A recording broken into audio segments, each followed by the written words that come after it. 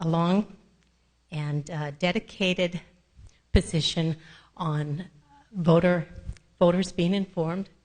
So I thank you all for participating in this process, both the audience and the candidates. We also, as the League, have a long tradition of open and transparent government. And so we are going to be holding another forum on August 15th, and that'll be at Alderbrook in the evening between 6 and 8. And it will be presented by the Washington Coalition for Open Government. It's free of charge, so I do have some flyers here for anyone who is interested. So Heidi McCutcheon from the Chamber of Commerce will be moderating. Thank you once again. Good evening. So I'd like to thank you all for joining us tonight and for being informed voters and taking the time out of your evening to come in and to listen to the candidates and their platforms. I appreciate that very much. So for tonight's format, we will have each of the candidates do a 1-minute introduction. They'll then field 3 predetermined questions from the Chamber's Governmental Affairs Committee. They'll have 2 minutes each to answer or to respond to those questions. At the end, time permitting, we'll be asking some questions from the audience. Amy, here in the back, will be accepting questions. So Amy, you want to put your hand up real quick? So she's right there. So if any of you guys have questions, there are slips up on that front table that you guys can grab if you need a piece of paper. At the end of the evening, each of the candidates will have 2 minutes for a closing statement.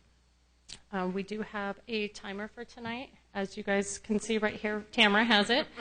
It will light up. It will go green for the majority of the time. When you have 15 seconds remaining, it will turn yellow. 3 seconds left, it will turn red, and then it will buzz at you. So with that, again, thank you very much to the League of Women Voters for co-sponsoring that with the Shelton-Mason County Chamber of Commerce. And we also appreciate Green Diamond Resource Company, who is our sponsor, and Mason Web TV, who is streaming this event live. So with that, Dan, if you want to take the microphone, and you can go ahead and introduce yourself first. Sure. Thanks so much to the League for putting on these forums. It's better to be an informed voter to understand the people you're voting for. My name is Dan Griffey. I'm running for legislature in the 35th District. I'm a lifelong resident of the 35th District. I grew up in rural Allen. I'm a father, professional firefighter, and a concerned citizen. I'm concerned because I live in a beautiful community that used to be teeming with jobs, values, and traditions that all of them seem to be under attack by King County. And I got concerned when I started watching the votes of our elected officials. Those votes supported King County over Mason County. Those votes supported big government over what we need in the rural communities. Thank you so much.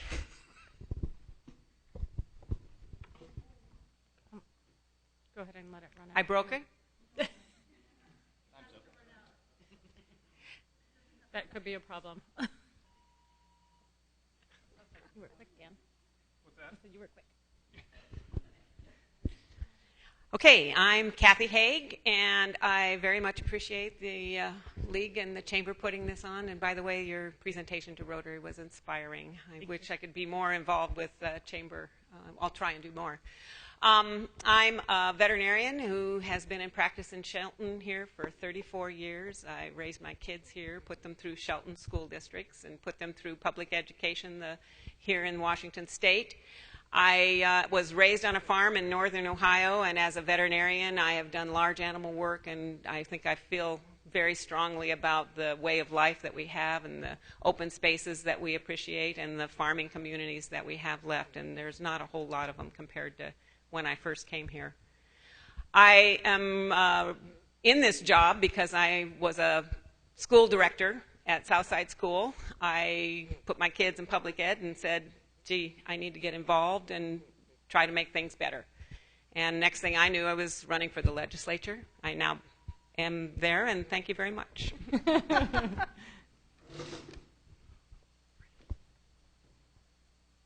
Are you ready? Okay. I'm Linda Ring Erickson, and I'm running for position 2 in the 35th District. I want to thank you all for giving up one of our very few lovely summer evenings we have here. As I said, this is a vacant position, and I'm running because I care about our community. I've served here as a county commissioner for the last 7.5 years, and I grew up in the 35th District. But my daughter did not get to grow up in the 35th District because there weren't any jobs here, and I ended up leaving so that I could have employment and complete my education. I think the issues in this campaign are about jobs. They're about common sense policies regarding natural resources so that we can protect our environment and at the same time continue to have a viable natural resource industry. And I also think it's about the transportation, because we will never be able to attract and keep the jobs that we want unless we have a major investment of transportation in this area. And now I've got the red light, so I'm going to sit down. Thank you.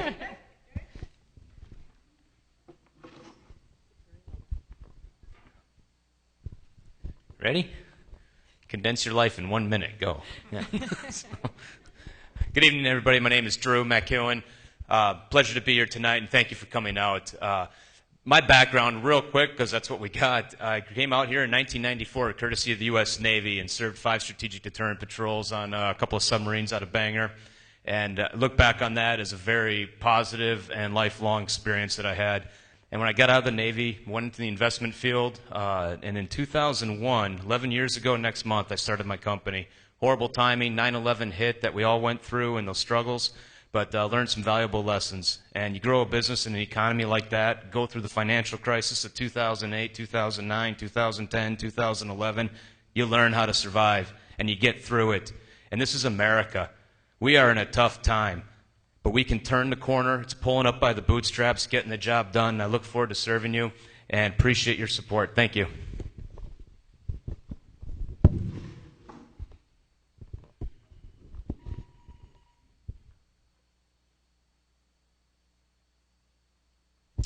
Good evening. I'm Jeff Davis. I was born in the Northwest. There's an old saying where I come from that says, I wasn't born here, but I was raised here. And that's the way I feel about this community, as I was brought up about 100 miles south of here on a tree farm. Every environment that I grew up in, we see right here, and I adore that about the community. Why am I running? It's simple. We need jobs in the area. I am currently a port commissioner at the Port of Olympia. I've done a tremendous amount of work as far as economic development down in Thurston County. I'd like to bring that knowledge to the state legislature, not just for the citizens of Thurston County, but moreover for the citizens of Mason County. I've talked during this election as far as how to do that. It's about bringing transportation in. It's about working at our career and technical colleges, make sure we've got qualified individuals out there that have got the jobs for our future. It's also about being financially responsible as well. So with that, I'd like to talk more about during the course of this. I'm going to get a red light. Thanks.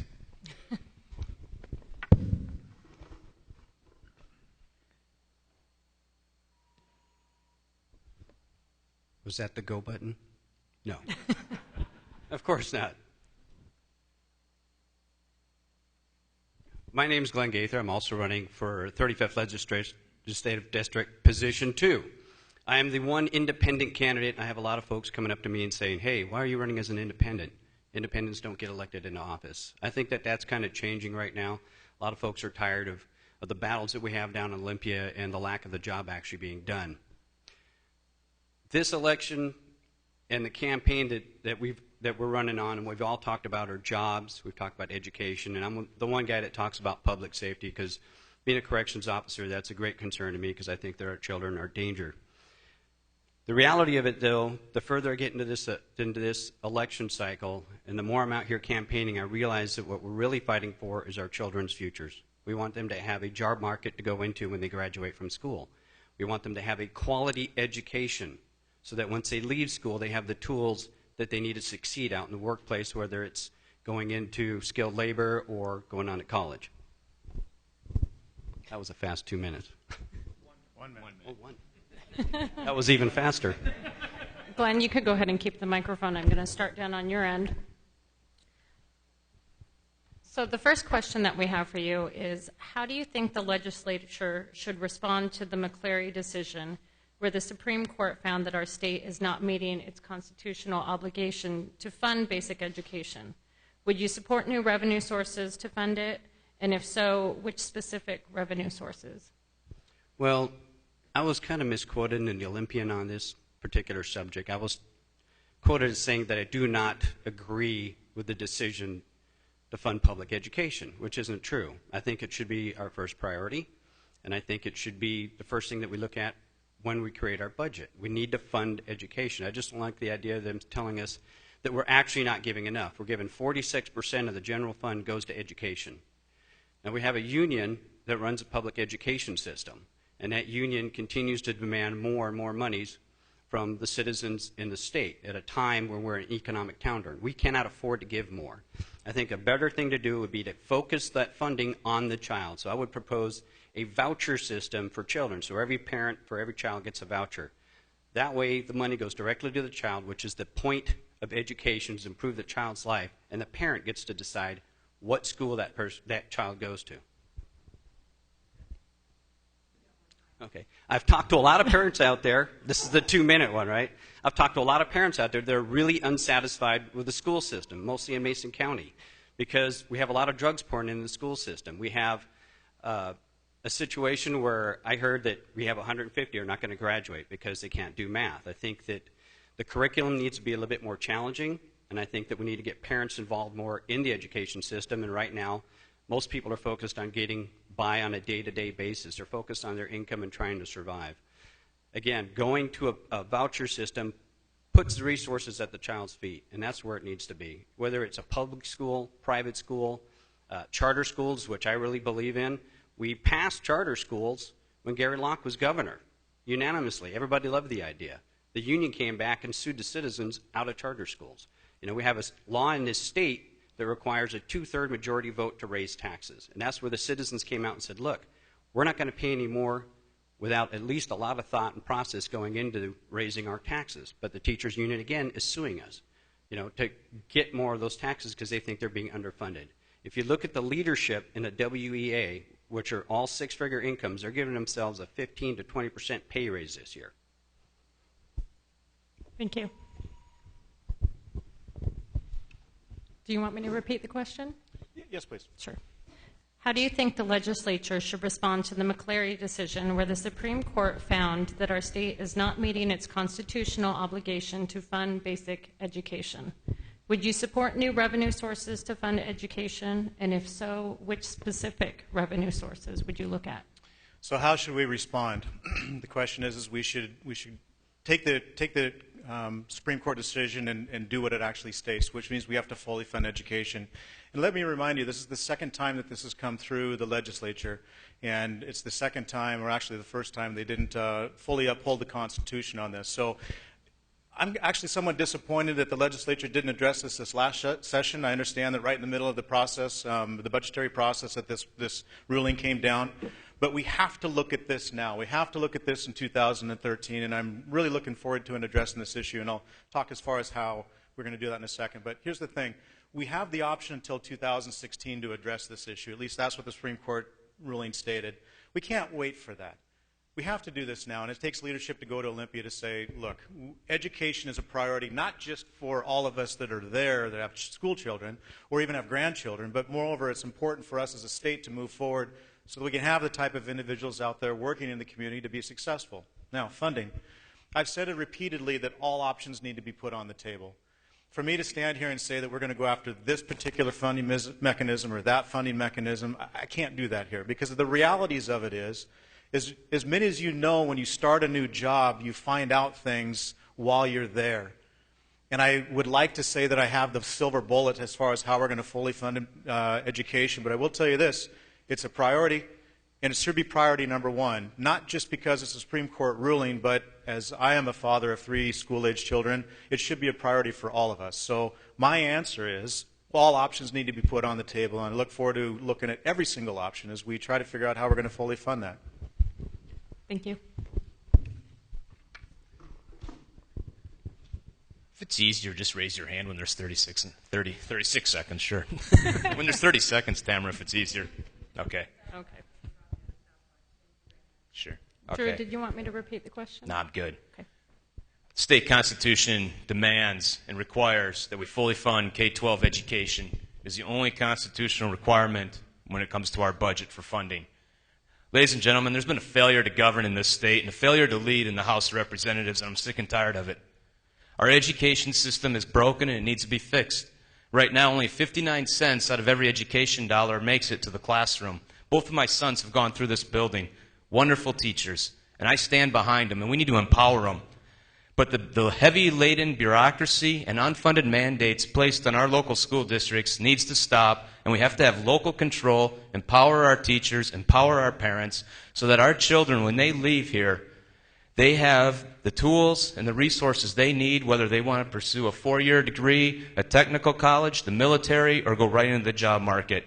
It is time to have leadership, recognize our constitutional requirement and duty, and we do that first in the budget process. We fully fund K-12 education, then we worry about the other things in the budget. This isn't about putting a new tax on you. You've spoken loud and clear. You do not want an income tax. You want 2/3 majority to raise taxes. The message needs to be heard in Olympia, and I'm going to fight for that. We're not going to tax you more. We're going to budget properly and fully fund education. Thank you. Thank you. Linda, did you want me to repeat the question? Why don't you? Sure. So that everybody remembers it. How do you think the legislature should respond to the McCleary decision where the Supreme Court found that our state is not meeting its constitutional obligation to fund basic education? Would you support new revenue sources to fund it? And if so, which specific revenue sources? Okay. I think that the McCleary decision is not new news to anyone.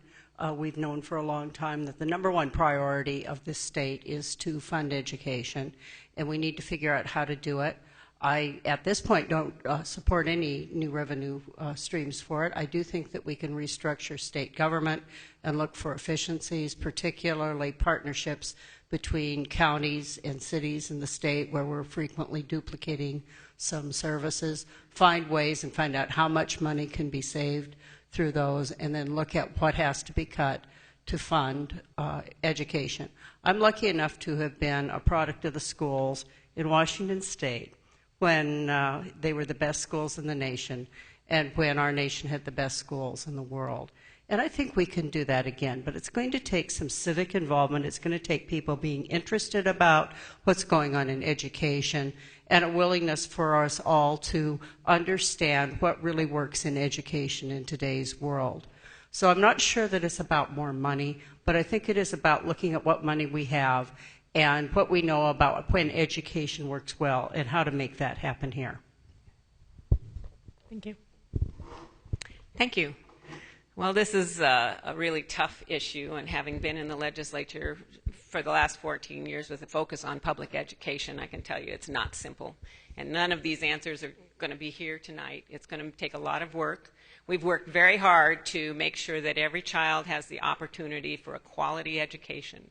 And how we pay for it is really important, but I believe that local control should not be lost in the process. So the courts have decided that we aren't paying enough from the state level, and I would agree, because many people are having to run levies like 28% of their budget, and I believe that's wrong. I think the local levy dollars should be more like about 10% at the most, and that's for the special things. That's the extra things, the things that we don't consider basic. On the other hand, our teachers are not getting the kind of money that they need. If you're a single teacher teaching in the classroom, you aren't making enough money to put your own kid through college. That's wrong. So to say that it's the teachers asking for more money is wrong. They are working hard. Their continued education, they have their struggles too. We need to make sure that they feel the support that they need. I do believe that we could have full-day kindergarten. I think that is a basic that will make a huge difference for kids going all the way through the system. And I believe that the state needs to buy out our local levies so that everybody in this state's paying about the same amount in property taxes. So I believe the money's there, but in this district we pay $3 to bring in a certain amount, a single amount for our students. In Seattle, to raise the same amount per student, they pay 30 cents. It's because of the property values. So there needs to be some big changes in the way we collect dollars and the way we deliver those dollars back out to the school so there is a sense of fairness, that we are covering basic. But you know, basic in a rural area means the buses have to run. That's not so in Seattle. They can put kids on local buses. So there's a lot of work to be done. Thank you. You want me to repeat it? Or? No, I got it. Okay. So the McCleary decision, as Kathy just said, talked about over-reliance on local levies for funding of basic education. And that is somewhat ridiculous. For basic education being the paramount duty, as stated in our Constitution, we must fund those first. What we got to start talking about is what we used to do in rural communities. We used to have, in the rural community, we make some of the best mechanics in the world. We do that because that's what we do every day. We work on cars, we work on houses, we build things, we work with our hands. But when you look in the 35th district, almost all vocational training that is provided in the school districts is gone. I learned to weld in school. I still know how to weld because of what I did in school. That is a marketable skill. I learned to mill lumber in school. I had all kinds of vocational training that we don't have access to any longer. We talk about vocational skill centers that we send our kids to. Well, a very small percentage of the kids actually get to go to those vocational skill centers. We need to bring back through partnerships with local businesses, be it Simpson, be it with Boeing. We need to partner up so we can start training our kids in vocational skills at the local level and do what the rural community does best, and that's make the best mechanics in the world in all fields. Thank you so much. I suppose I'm next. Well, I'm going to have Linda answer this one next, but I'm going to give you these non-technical signs. So now she'll have one that says 30 seconds. What did I put on the other one? Oh, 5 seconds and stop. So. This worked pretty well, though. Yeah. So the next question that we have for you tonight is, by all measures, our state's transportation needs outweigh our current resources. What are your ideas for funding transportation, and how do we ensure that the priority projects in the 35th district get funded? I think we need to take a look at how the transportation department works. The reality is again, and it gets back to partnering with cities and counties, we have an estimate that was done locally of what it would cost to build the Belfair bypass. And it's about 40% lower than what the state estimate for that same road would be. And it includes a 10-foot wide biking and walking trail next to it. So is it really a shortage of money, or is it really a rigidity in the system that isn't allowing us to build to the capacity that we could do if we used local contractors and used local government to fund those particular projects? I'm not as familiar with other projects in the state, but I can talk about the Johns Prairie Road. We all know that if you live in Shelton, that's a bad intersection. It's kind of dangerous to get out on Highway 3. It's an impediment to businesses locating up in our industrial area. The reality is Mason County already owns the property that would allow reallocation of that road and moving that road over so it could be a T intersection. And what we need from the state is a permission to put a stoplight there. It's not like it's a giant project that needs $15 million. It would take some money, but working together in a partnership with the local road fund and the state, I believe it can be done for a whole lot less than what people are talking about. We have other major projects. Clearly there's a need for improvements through Highway 3 up in the Kitsap County area, down by the Bremerton Airport. We're working on seeing exactly how much of the road we can finish with the funding on Highway 3 through Belfair.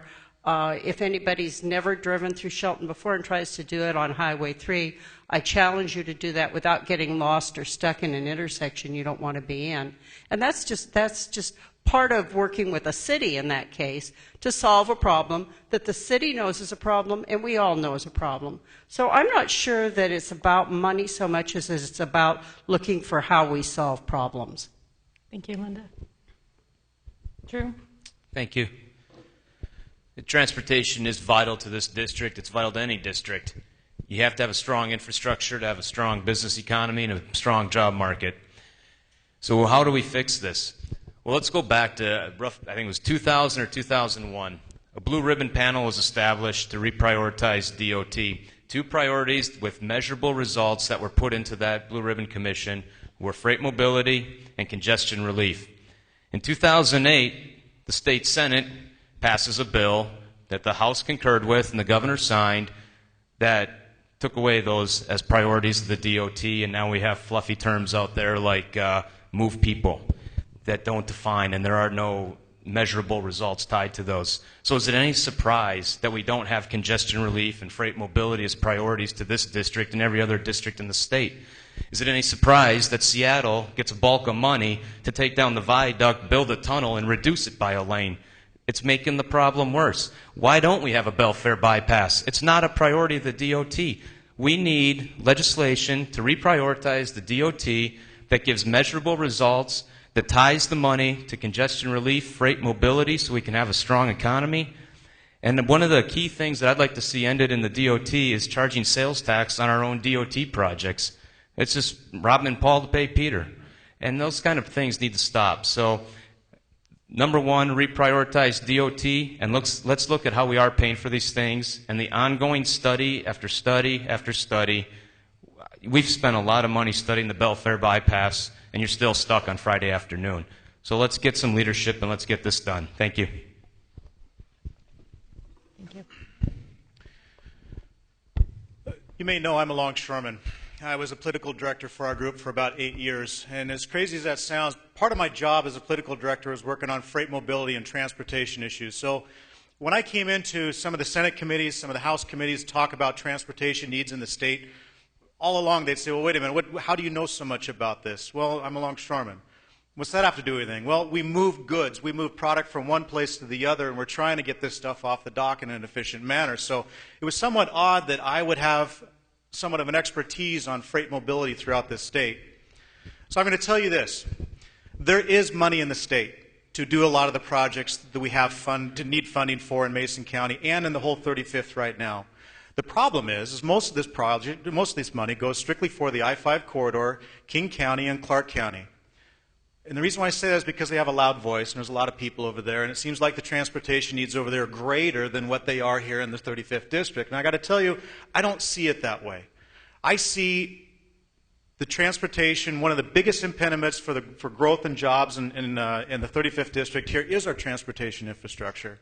So I want to take the knowledge that I have to go to Olympia, to walk into the transportation committees and say, listen, this is a reason why we're not growing as a peninsula. This is a reason why we're not growing in Mason County. And it doesn't just hurt Mason County. It hurts Clay Elum, Jefferson County, Kitsap County as well. There's money there.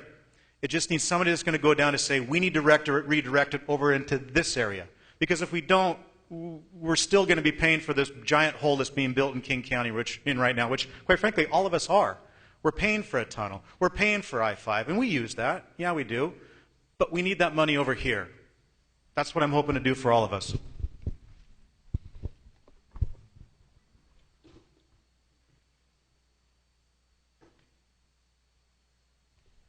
Okay, so part of the issue is funding. A few years back, people started saying, well, gasoline prices are going up. We need to protect the environment, so we need to buy more fuel-efficient vehicles. Well, basically, our road taxes are based on the amount of fuel that we consume, so it's per gallon. So if you were getting 10 miles a gallon before, of course, there were more revenues coming in. Another part of that is that our economy's hurting. People aren't working. People are out of work. There are people that have gone back to work. They're now making a fraction of the wages that they had before, so they're not traveling as much. Okay? The first thing we need to do in this state is look at increasing revenues, and the best way to do that is to start by rebuilding our economy. We need to get people back to work in family support waging jobs. We need to rebuild confidence in our economy so that people will go out there and start spending money, which will bring the revenues back. We have to start at a base zero and rebuild the economy. As far as transportation goes, if the dollars aren't there, we have to reprioritize what's absolutely critical. We have to look at all the different projects out there and say, well, yeah, it would be nice to have a Belfair bypass project, but we've been talking about this thing since 1965. We've spent millions of dollars discussing it and doing research and surveys, but nothing's ever gotten done, even during a time where we had budget surpluses. So it hasn't been a priority in Olympia. A better thing to do, and what they're doing now, is they're trying to widen those lanes, put in time traffic lights. Do what we can afford at this time until the revenues come back. Another issue is congestion on Highway 3 up through Bremerton. They've got a bottleneck going there. We have ferries that we have to support. People look at that and say, well, what's the critical issue there? Well, if you're trying to get to work in Seattle, of course, the ferries are going to be your number one priority. So in order to get revenues back in, first we need to work on our economy, get people back to work, rebuild our revenues, not through excessive taxes, not through new taxes, but through existing taxes and creating wealth. Thank you. Kathy, we'll have you answer this first. Well, I don't know how much more I can say. I think all of these things are important. Working with local governments is really important, local, city, and county, to set those priorities and get them all kind of moving in the same direction at the same time. And I can tell you it is a challenge. And Representative Fred Finn should come up and talk to us about how challenging it is. But we keep working at it, and every once in a while we do get things done. For me, it was the 101 on-ramp for Highway 3 going north. We killed a kid out there, and we knew it needed to be added, and they got her done. Amazing. What a day. And the fire district was really pleased with that. So you do have to have a sustained effort, and you've got to be very succinct about what it is you want to get done, and you have to have all your ducks in order. One of the reasons Belfair struggles is because you have part of the community that wants something and a part of the community that wants something else. Some people want to just widen and fix and have a turn lane in through Belfair downtown, and some people want to put in another road.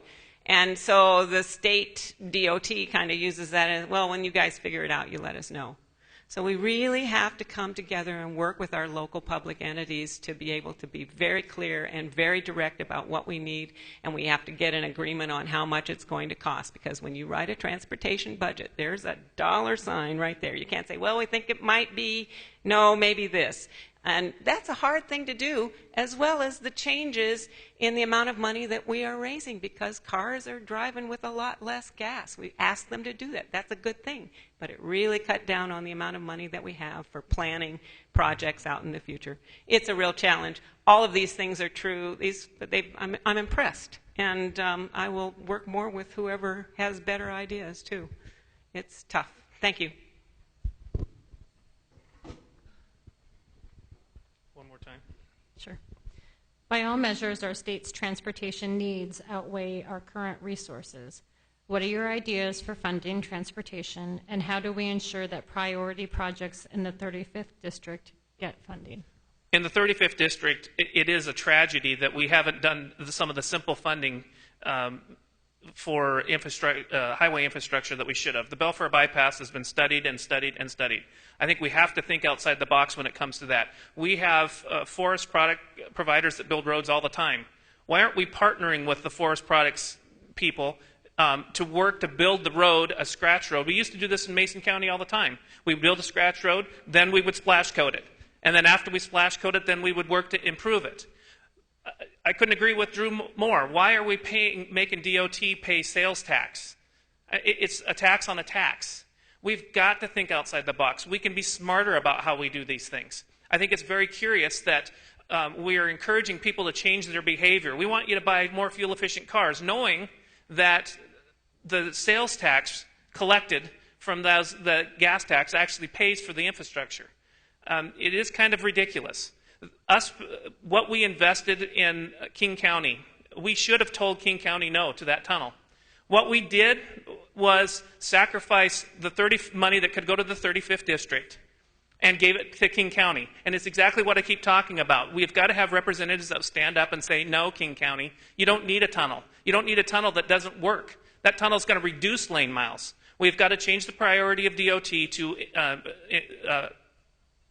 increase the lane travel miles in Washington State, and an emphasis on inland rail port systems. We can partner with our local port districts to put inland rail heads in so our businesses can thrive. We need to be able to move our goods and services to and from where they need to go. We can't do that in Washington right now. Thank you so much. Thank you. Kathy, I'll have you answer the third question first. Yet another initiative is on the ballot this fall to reauthorize the legislative mandate to obtain a 2/3 majority for any tax hikes.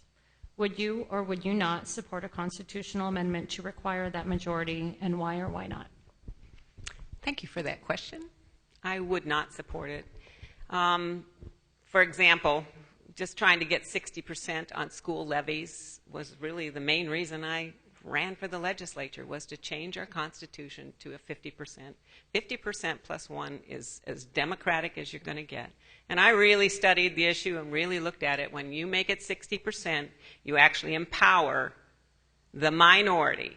The people who have the 40% get to run the show. And I believe, as a legislator, I need to be able to work with a 50% majority.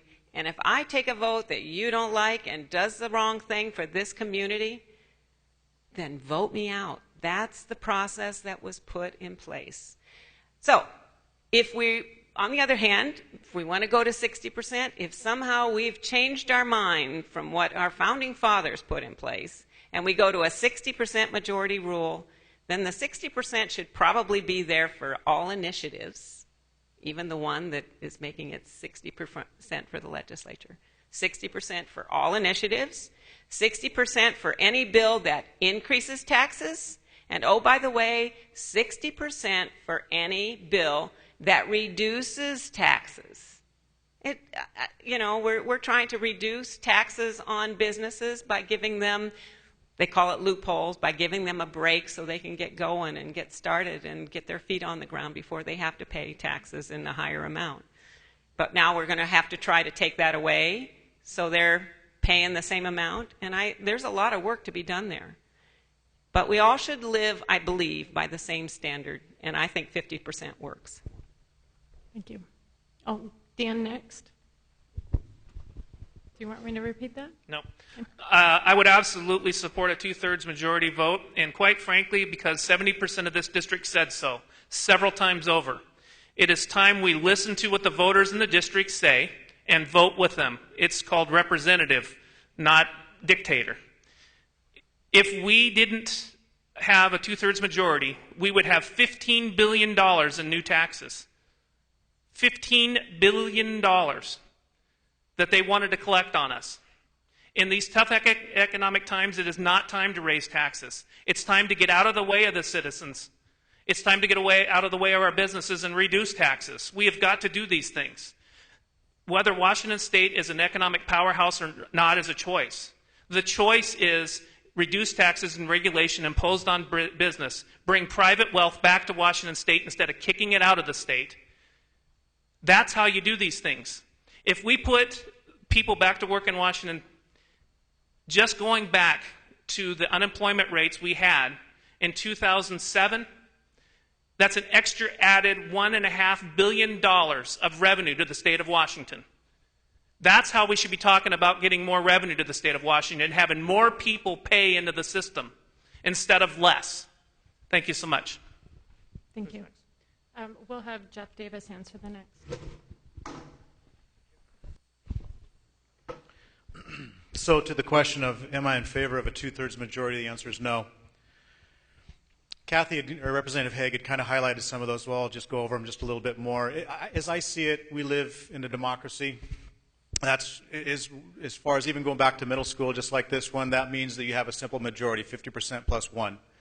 And that system's worked well throughout this country for a very long time. Now, I admittedly don't know the numbers as far as what percentage of the individuals in 35th District. It could be 70%, I don't know. But if it is, let's just assume that for a second. You know, I'm going to go off this subject here for a second. I ran for ASB president in my high school. The guy that ran before me, he wanted to have a jukebox and pizza for lunch, okay? And he won the year before I did. Just because somebody comes up with a good idea doesn't mean that it's necessarily right. It takes leadership to say, you know what, that's not going to work. So the point to telling you that story is if we all had an initiative on the ballot right now that said there will be no new taxes, I'm willing to bet it's going to pass because people will think that that's a good idea. But it's not. We need taxes to have our schools, just like the one we're in, to have our roads that are out there. Now, to have a 2/3 majority to be required, so if we have tax, I don't think that that's the right thing because, as Representative Haig had indicated, now we're putting in the power in 1/3 of the people plus one. And that's not democracy. That's not what the system's all about. If you can't convince half of the people that this is the right idea and move the country forward, or even the state forward in a direction that needs to be done, then that's what we need to be doing. So I will be voting on that initiative. I don't think that it's a good idea to bring to a constitutional amendment. We live in a democracy. It's 50+1. Thank you. Thank you. Glenn? I would support a two-third majority vote to raise taxes. If you look at the history, we've passed that law, the citizens, through the initiative process 3 different times. We all wanted limits on our government, and the biggest limit that we wanted on our government was the amount of money that they can take out of our pockets, right? We decide what we surrender to the state in the form of taxes, and then we decide how that money should be spent and what our priorities are. This state has a really bad habit of looking at the small business owner, looking at the large business owner, and seeing it as a revenue base. The best way to grow business in this state is to push the entrepreneur and encourage them to get involved. But the state sees somebody put all their blood, sweat, and tears in the ground, and as soon as that thing sprouts up half an inch, they're ready to tax it. We need to do a hands-off approach to raise revenues. And my idea would be, if you've got a new business, we're not going to touch that thing for 3 to 5 years. Let it go absolutely tax-free. Let them keep the money in circulation. Let them create jobs. Let them grow the business. Two-third majority vote to raise taxes gives us the power. We have 6 people up here running for office for the state legislature. And everybody comes out and they get involved. And I appreciate people showing up. And I wish there were more people getting involved in their government. But we're the ones, the citizens actually, that determine the size and scope of that government. And putting a limitation on our state government gives us more control. Thank you. Drew? Thank you. Yeah, the people have spoken loud and clear time again. They want a 2/3 majority. And in the last election, they spoke loud yet again, particularly in this district. And in this district, they also voted overwhelmingly against an income tax. And what's the moral of the story? Let's look at Article 1 of our state constitution. The power is inherent to the people, it's closest to the people. And it's time that our legislature began to understand that. They are power hungry and are always looking for a new tax. We had the candy and soda tax, and they didn't realize the backlash that would come from that, and quickly it was overturned. The people in this state are sick and tired of being taxed and feed to death.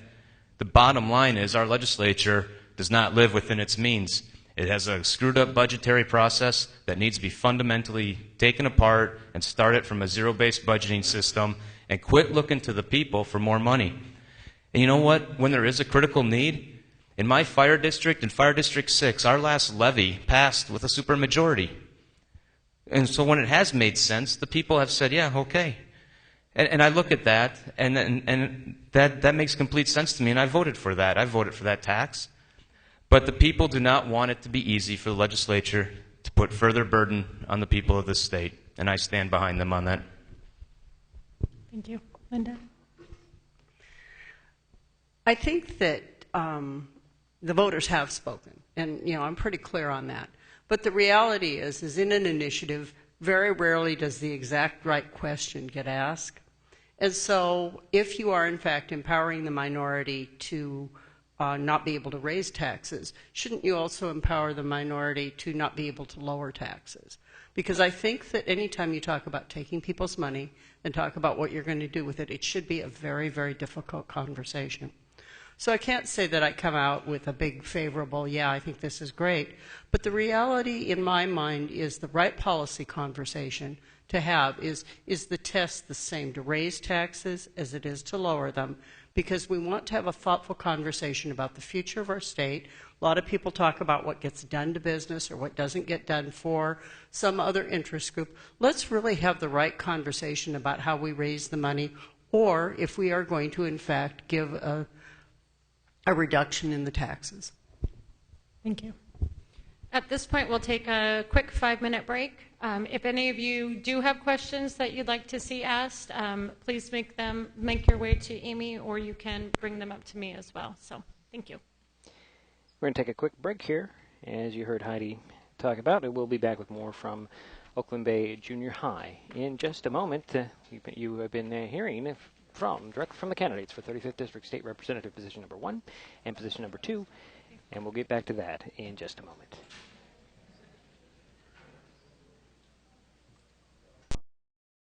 Green Diamond Resource Company has been managing working forests in Mason County for over 120 years. Forest lands like ours help protect fish, wildlife, and clean water.